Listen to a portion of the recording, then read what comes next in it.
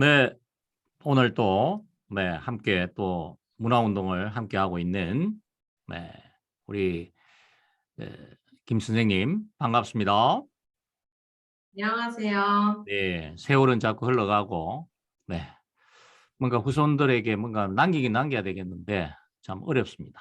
최선을 다해 봅시다. 자, 우리는 지금 계속해서 BIC에 대한 의미를 계속 강조하고 있습니다. 그래서 지금은 주제가 질문을 바꾸면 아이들이 바뀐다, 달라진다. 이쪽에 초점을 두고 있습니다만은 앞으로 다양한 또 테마가 질문의 하도가 있을 수 있을 것 같아요. 그죠?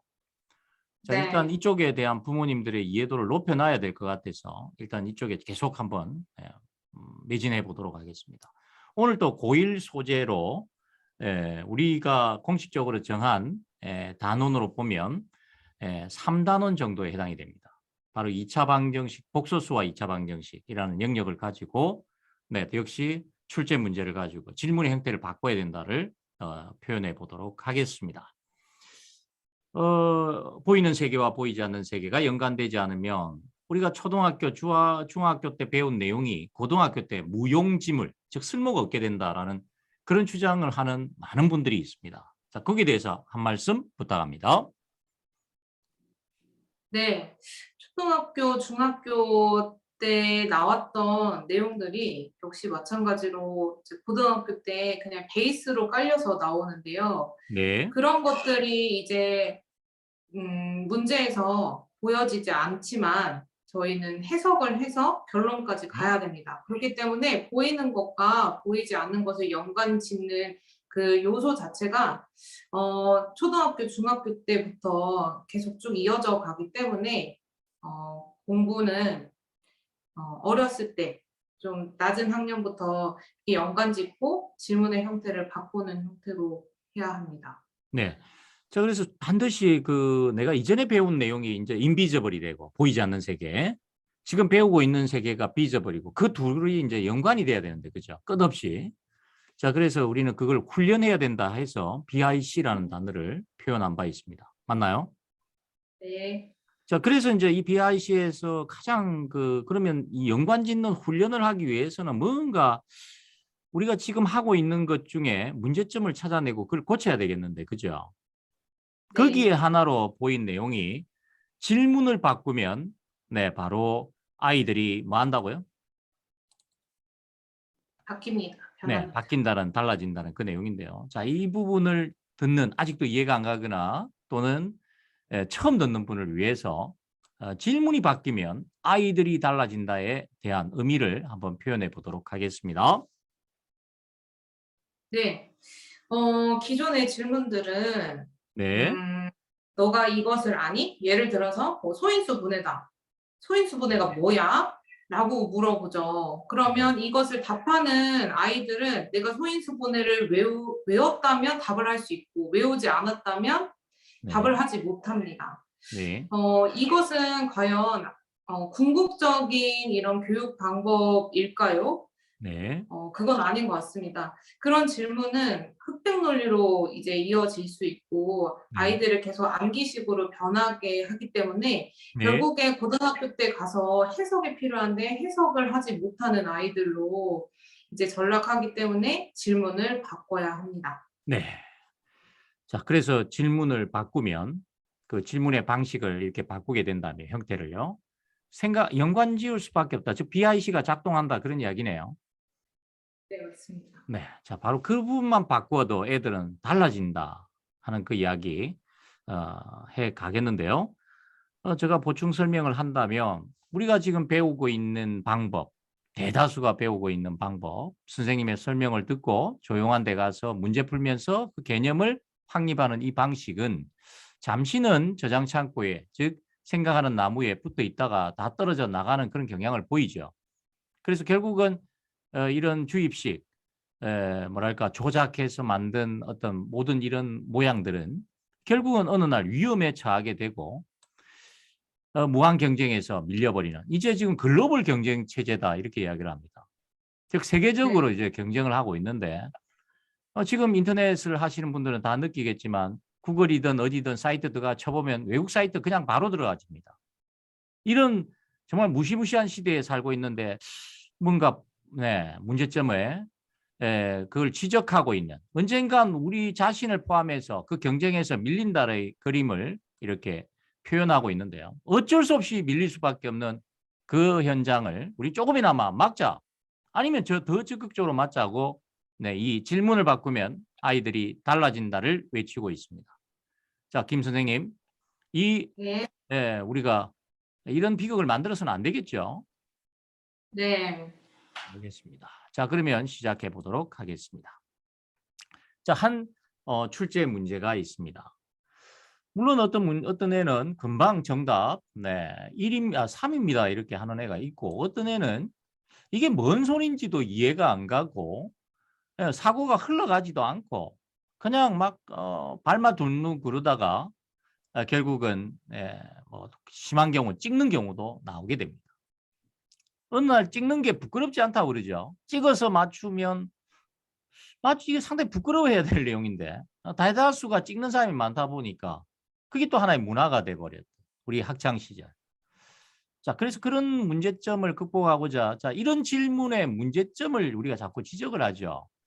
시험 네. 현장에서야 이런 문제를 푸는 건 당연하다고 봅니다. 왜? 누가 더 이해도가 높은지를 측정해야 되니까, 그죠? 네, 그런데 맞습니다.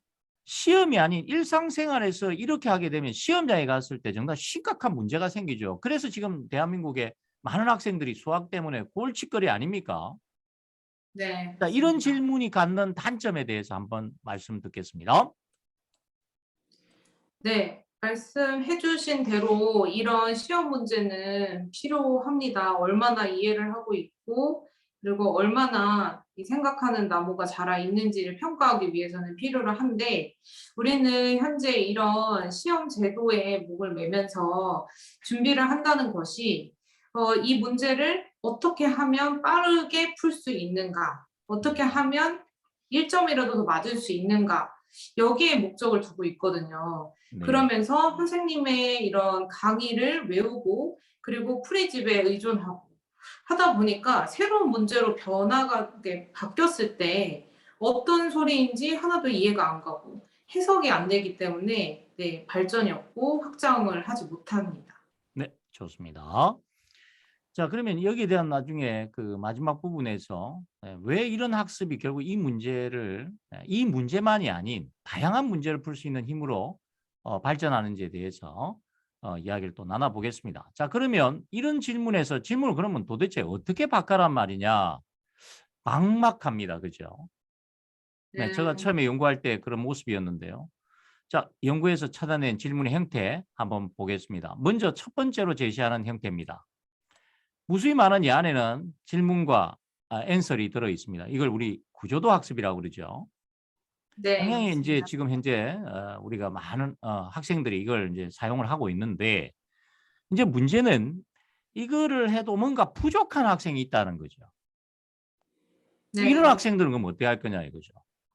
그래서 이거의 부족함을 또 채워주는 그것이 바로 지금 말하고자 하는 질문의 형태의 변화에 관한 내용이죠. 자, 네. 그래서 묻겠습니다. 이런 그 구조도는 실제 고등학교 공부를 하거나 고등학교에 재학 중인 학생에게 상당히 유익하다고 우리가 판단을 하고 있는데요. 어떤 면에서 유익한 것 같습니까? 네. 일단은 저희 지금 구조도를 하고 있는 학생의 한 말을 이제 네, 빌려서 오자면요. 네, 사고의 흐름을 통해서 이 문제를 푸는 것은 네, 내가 어느 부분이 부족하고 어느 부분이 놓칠 수가 있는지 스스로 점검을 할 수 있기 때문에 네, 굉장한 장점으로 다가온다라고 얘기를 해 주었습니다. 네, 그래서 각각의 요소들이 어떤 식으로 이제 연관이 되는지 그 사고의 흐름을 통해서 우리가 학습을 하기 때문에 연관짓는 습관을 더욱더 기를 수가 있습니다. 해석하는 부분도 많이 향상이 되는 편이고요. 네, 좋습니다. 자, 이 정도 단계에서 이제 되는 학생이 있는 반면에, 그죠? 어느 정도 우리가 말하는 해석 능력을 갖추고 있다면, 이 정도 훈련만 하고 이제 문제를 좀 풀어도 좋은 결과가 예상이 되는 애가 있는 반면에 상당수의 수는 이거 갖고는 부족합니다. 그죠? 네, 맞습니다. 그래서 그 애들에게 희망적인 내용이 바로 질문을 바꾸면 된다는 바로 다음 내용이 되겠습니다. 조금 전에 그 내용을 잠시 뒤에 이제 이걸 하고 나서 그 문제를 한번 파악을 해보겠는데요. 자료 1과 자료 2를 잠시 소개를 해드리겠습니다. 하고 한번 물어보겠습니다. 실제 이제 진행되고 있는 자료인데요. 자, 자료 1번을 보니까 2차 방정식을 주고 그 근이 Z라고 한다면 그게 대입하는 이 꼴이다. 맞나요? 네, 자, 다시 이야기하면 2차 방정식에 이런 구조가 주어지면 이거는 2차 방식의 근이다. 그런 의미네요. 네, 맞습니다. 네, 그런 의미가 1번에 들어있고요. 두 번째를 보겠습니다. 두 번째 보면은 이거의 역수도 또 하나의 연관성이 있죠. 네, 우리가 바로 둘을 곱하면 1의 원리로 인해서 1이 되는 아주 유명한 수잖아요. 역수. 자, 그것이 만약 근이라면 이 성질을 이용하면 다음과 같이 또 x자리에 z분의 1을 집어넣은 꼴과 같다는 이야기죠. 네, 맞나요? 네, 그렇다면 뭔가 이런 누군가는 즉 수학자를 비롯해서 학생도 마찬가지지만 이런 시도를 하다 보면 뭔가 연관성이라는 게 생기지 않을까요? 네, 그런 맞습니다. 발견이 수학책을 채우고 문제화되고 애우는 애들은 비극을 초래하고 왜요? 그 정신을 배워야 되는데 연관 짓는 정신 즉 생각하는 나무를 키워야 되는데 아쉽게도 그 부분에 부족함이 보입니다. 자, 그러면 한번 답변을 들어보겠습니다. 자료 1과 자료 2를 연관지어서 한번 말해본다. 고등학교 수준의 이제 이야기인데요. 자, 2차 네, 방식 갖고 지금 연관을 묻고 있는데 어떻게 연관을 지어볼까요? 일단 둘 다 2차 방정식의 근을 가지고서 네, 이제 대입을 한 형태입니다. 네, 근데 형태를 봤을 때 우리가 익숙한 것은 자료 1이거든요. 네, 자료 2는 이렇게 주어졌다고 했을 때 좀 어려움이 있을 수 있습니다. 그래서 네, 수학자는 왠지 이러한 형태를 요렇게 변형을 하기를 원할 것 같아요. 우리에게 이제 네, 인비저블의 세계로 네, 너네들은 어느 정도 얼만큼 연관을 지을 수 있니? 라는 것을 물어보기 위해서요. 네, 그래서 이 위에 있는 식을 양변을 z제곱으로 나누게 되면 네, 이것과 비슷한 형태를 만들 수 있을 것 같습니다. 네, 그래서 a 플러스 네, b의 z분의 1 네, 플러스 c 곱하기 z분의 1의 제곱은 네, 0이다. 와 같은 이런 형태로 연관지어서 네, 위의 식을 변형할 수 있을 것 같습니다. 네. 그러니까 Z분의 1이 근이다라는 어떤 뭐라 그럴까 그 형태 꼴을 유도할 수 있다까지 접근하셨네요.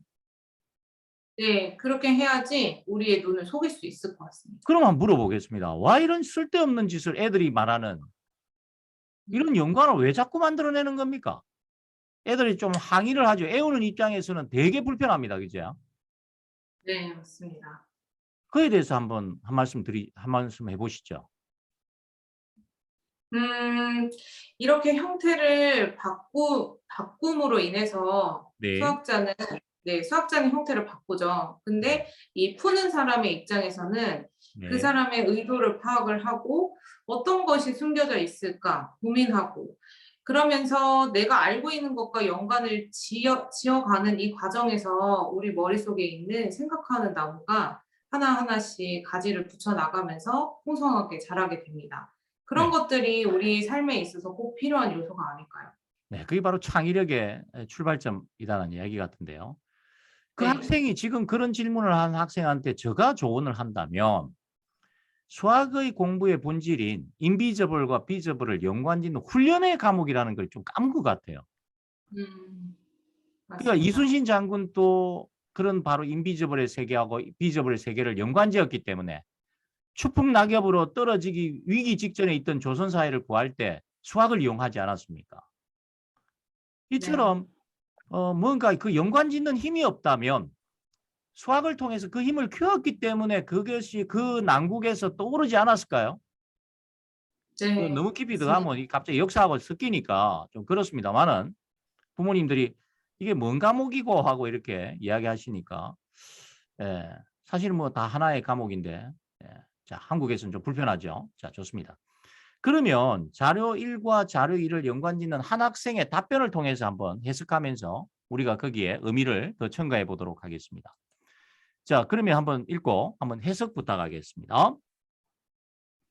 ax 제곱 플러스 bx 플러스 c는 0의 근이 z이면 az 제곱 플러스 bz 플러스 c는 0입니다. 네, c 곱하기 z분의 1 제곱 플러스 b 곱하기 z분의 1 플러스 a는 0이므로 z분의 1은 cx 제곱 플러스 bx 플러스 a는 0의 근입니다. 네. 자, 놀라운 뭔가 발견을 한 것 같은데요. 뭔 말인가요? 네, 위에 있는 식과 아래에 있는 식을 연관을 지어서 꼴을 변형을 한 건데 네, 지금 여기에 주어진 근이 z이기 때문에 x 자리에 z를 넣어서 식 네, 하나를 만들고요. 네, 형태를 변형하기 위해서 우리는 z제곱으로 나누는 시도를 했고 네, 그로 인해서 다음과 같은 식이 나왔는데 이것은 다시 말해서 x분의 1을 z분의 1을 x라고 생각을 하면 네. 이게 바로 근이기 때문에 이 방정식의 근이 z분의 1이 된다라고 표현한 것입니다. 네. 그러면 이제 이 학생은 유도하는 힘이 뛰어나군요. 네, 그러면 이 굉장히 학생이 이제 이 무기를 실전에 배치했을 때 바로 왼쪽 문제를 만났을 때 반응이 일어날 것 같네요. 어떤 식의 반응이 일어날 거로 예측됩니까? 이런 사고를 하는 학생이라면. 수학자가 우리를 속이기 위해서 장난쳤네. 네. 한번 풀어볼까? 네. 라고 하면 재미를 느낄 것 같습니다.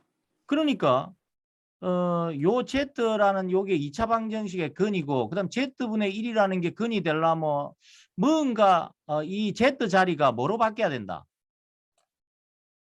z분의 1로 예, 뭔가 바꾸기 위한데 내 멋대로 쓰면 안 되니까 유도의 원리를 써야 되겠다. 뭐 이런 생각이 일어나지 않을까요? 네, 그래서 그 애를 이기지 못하는데 그 애가 무슨 문제집을 풀고 있노? 어느 학원을 다니노? 누구한테 배우노? 이런 이야기를 해서 되겠습니까? 절대 안 됩니다. 제가 이게 미래가 이제 예상이 안 많은 됩니다. 분들이 듣고 있기 때문에 지나친 말을 삼가하겠습니다만은 어, 다시 한번 이야기하지만 생각하는 나무의 구조에 뭔가 힘을 실어줘야 됩니다. 그러니까 네, 지금처럼 어, 이렇게 묻지 않고 여기 무슨 답이 있습니까? 뭐가 있습니까? 자기의 견해가 있을 뿐인데 그 견해를 설사 못 냈다 하더라도 아까처럼 다른 학생의 이런 내용들이 내가 고민한 생각에 플러스 되지 않을까요? 네, 플러스 됩니다. 반면에 이 상태에서는 아까 했던 이 상태에서는 이게 안 풀려가지고 선생님의 도움을 받아서 풀이를 듣는 순간 과연 아까처럼 그런 플러스 알파적 요소가 그렇게 강할까요? 아닙니다. 그 시야가 굉장히 좁아집니다. 네. 바로 그 이야기를 하고 있는 거죠. 네, 하도 부모님들이 우리가 초1이나 지금 뭐 초1부터 고3까지 하고 있습니다만 초1을 좀 많이 요새 강조를 많이 하죠. 초1 때부터 바꿔야 된다. 이래가지고 하다 보니까 마치 이게 뭐 어린애들 됐고 이런 오해하는 분들이 있어서 요즘 고등학 자료도 이제 수능 자료도 또 다루겠습니다만 다 똑같다는 거죠. 어떤 문제를 갖다 놔도 다 뭐라 그럴까 연관짓는 그 습성에 의해서 결판이 나는 건데 아쉽게도 문제를 많이 풀어야 된다라는 그 좀 시대에 맞지 않는 이야기로 자꾸 그 부분을 덮으려고 하는데 우리가 힘을 내야 될 것 같습니다. 자, 이제 묻겠습니다. 이렇게 했을 때와 이렇게 문제의 형태를 바꿨을 때 구체적으로 어떤 변화가 예상되는지 오늘 듣는 학부모님들한테 한 말씀 해보세요. 네, 좌측에 있는 이런 문제는 어떻게 네, 보면은 이 문제 풀이에만 아이들이 집착할 가능성이 높습니다. 그리고 해석이 안 되더라도 대충 이런 식으로 풀면 되겠지. 라고 하면서 이 문제를 낸 사람의 의도라든지 아니면은 내가 배우고 있는 단원이 무엇을 요하는지조차 네, 이해를 하지 못하고 해석을 하지 못하기 때문에 그 다음 문제라든지 다른 것들에 대해서 확장을 하지 못합니다. 네, 하지만 오른쪽에 있는 질문 같은 경우는 단순히 이것을 풀 수 있느냐 없느냐로 판단을 하는 것이 아니라 이 둘의 연관성을 생각을 해봐야 되기 때문에 더 확장성이 높고 이로 인해서 어떤 문제를 풀었을 때 아이들은 더 성취감이 클 거라고 저는 생각을 합니다. 왜냐하면 주체가 본인이 스스로 풀어낸 것이기 네, 때문입니다. 좋습니다. 제가 여기에 좀 플러스 알파로 한 말씀 드리면 우리가 이 생각하는 이 나무, 즉 인지 구조가 있어야 된다라고 자꾸 주장하는 이유가 여기서 해석을 하면서 여기에 도움을 받아가지고 아, Z분의 1이 되려면 이 자리가 Z제곱분의 1, Z분의 1 형태로 바뀌려면 그래, 양변을 Z로 나눠야 되겠어. 이런 생각이 일어나지 않을까요? 네, 맞습니다. 만일에 이게 발달이 안 되면 여기서 멈추잖아요. 이걸 연관을 못 지으니까. 네, 지금 이 문제가 쉽다 어렵다를 갖고 자꾸 말하는 분들이 있는데 그거는 이제 가리키는 입장의 이야기고 배우는 애는 쉬울 때는 좀 덜 고통스럽게 외운다는 뜻이지 그걸 이해했다고 보기는 어렵죠.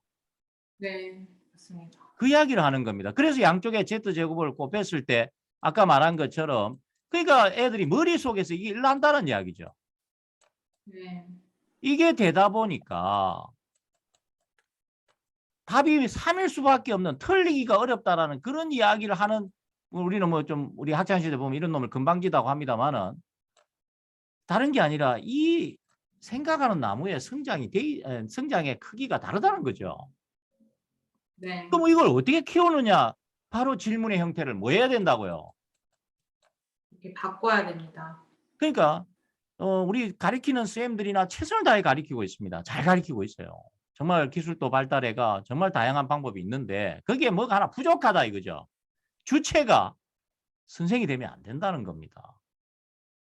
이게 바로 시대의 삶이 왜? 그 애들이 나가서 글로벌적인 경쟁 체제에서 이겨야 되기 때문입니다. 애와 가지고는 연관짓는 습성을 안 키우고는 거기 나가면 웃음거리가 될 확률이 아주 높습니다. 어떻게 생각하십니까? 네, 맞습니다. 선생님이 계속 따라다닐 수도 없고요. 자기의 삶은 자기가 주체적으로 살아야 하는데 그러기 위해서는 어떠한 질문이 오고 어떠한 일들이 상황이 닥쳤을 때 나 스스로 극복할 수 있는 힘이 필요한데 그것은 자기 머릿속에 있는 생각하는 나무가 무럭무럭 자라야지 가능합니다. 네, 좋습니다. 우리 김 선생님, 이제 마지막 글귀가 또 나왔는데요. 아마 이걸 여러 번 하면 할수록 좀 뭔가 이 말이 갖는 의미를 느낄 거라고 생각합니다. 제가 오랫동안 네. 연구를 하면서 결국 이런 말들이 자꾸 머리를 맴돌게 되는데요. 자, 한번 읽고 해석 부탁하겠습니다. 추억이 없는 학습은 뭉치지 못하고 끝없이 흩어집니다. 질문이 바뀌면 자녀들이 변합니다. 네. 무슨 말인가요? 네, 네. 저희가 뭐 어떤 시간이 지나도 네. 추억으로 남고 기억에 남는다는 거는 나하고 연관이 되었기 때문에 추억으로 남고 하는 거지 않을까요? 학습도 마찬가지거든요. 네. 그래서 학습 역시도 이 둘을 연관 지어서 생각을 할 때 그것이 곧 추억이고 그런 학습들이 뭉치고 이 뭉친 뭐라고 할까요? 네. 눈뭉치가 이렇게 굴러가서 큰 형태가 되듯이 마찬가지로 이런 학습들이 뭉쳐서 아이들을 변하게 하는데 자측과 같은 이런 추억이 없이 단순히 암기하는 그리고 유형화하는 학습들은 흩어질 수밖에 없습니다. 그렇기 네. 때문에 질문을 바꿔서 자녀들을 변하게 해야 합니다. 네. 우리가 그 뭐라 그럴까? 이것이 효과가 있다면 굳이 우리가 질문의 형태를 왜 바꾸겠습니까? 그죠? 네, 맞습니다. 그래서 선진국 교육을 보니까 질문이 우리하고는 좀 각도가 너무 다르다는 거죠. 답 맞추기 위한 질문을 좀 자제하는 게 어떨까요? 자, 이런 생각을 해보면서 네, 최종 정리하겠습니다. 또 늦은 밤에 이렇게 응해주셔서 상당히 감사합니다. 아마 마음속에 뭐 우리 김 선생님이 할 수 있는 네, 뭐라 그럴까 어떤 하나의 시도가 아닌가 이런 생각을 해봅니다. 언젠간 우리가 이 세상을 또 후손에게 물려주고 다 떠나야 될 날이 올 겁니다. 오늘이 지나면 내일이 오듯이. 근데 그때 뭔가 아쉬워하는 그런 사람이 좀 안 됐으면 좋겠다. 주위에서도 돌아가시면서 아쉬워하는 그런 경우를 많이 이렇게 경험합니다. 저도 이제 나이가 먹어갈수록 그런 분들을 참 병원 가가 그런 모습 보는 게 참 마음이 아픕니다. 그래서 저도 좀 이렇게 남은 인생 좀 더 부모님들 편에 서가지고 그 자녀들이 나중에 씨앗이 돼서 좀 더 멋진 사회가 될 수 있도록 하는데 조금이나마 미력하지만 힘을 보태야 되겠다 하고 지금 이야기를 하고 있습니다만은. 자, 우리 김 선생님, 네. 오늘 또 한 소재, 뭐라 그럴까? 부모님은 생뚱맞을 수도 있습니다. 그러나 우리는 외쳐야 됩니다. 자, 그러면 정리해서 한 말씀 부탁하겠습니다. 네. 저희가 다른 학원에서도 마찬가지고 학교에서도 그렇고 선생님들이 계속 질문을 하기는 합니다. 그런데 그 질문의 주체가 누구였는지는 좀 생각을 해봐야 될 것 같습니다. 네, 좋습니다. 학생들이 주체가 되는 그런 질문으로서 아이들의 인지 구조를 성장시키는, 즉 머릿속에 있는 이 생각하는 나무를 계속 성장시키기 위해서는 질문의 형태를 바꾸고 아이들이 계속 이 연관 짓는 습관을 기를 수 있도록 훈련을 해야 된다고 저는 생각합니다. 네, 다들 동의하실 거라고 생각합니다. 네, 좋습니다. 오늘 수고 많으셨고, 보이는 세계와 보이지 않는 세계가 연관되는 힘을 잃어버리면 좀 심한 이야기로 부모님도 못 알아보는 애들이 된다는 겁니다. 건방지지고. 자, 그런 사회는 막아야 안 되겠나 하는 생각에 오늘 또 한번 마지막으로 외쳐봅니다. 보이는 세계와 보이지 않는 세계의 연관성.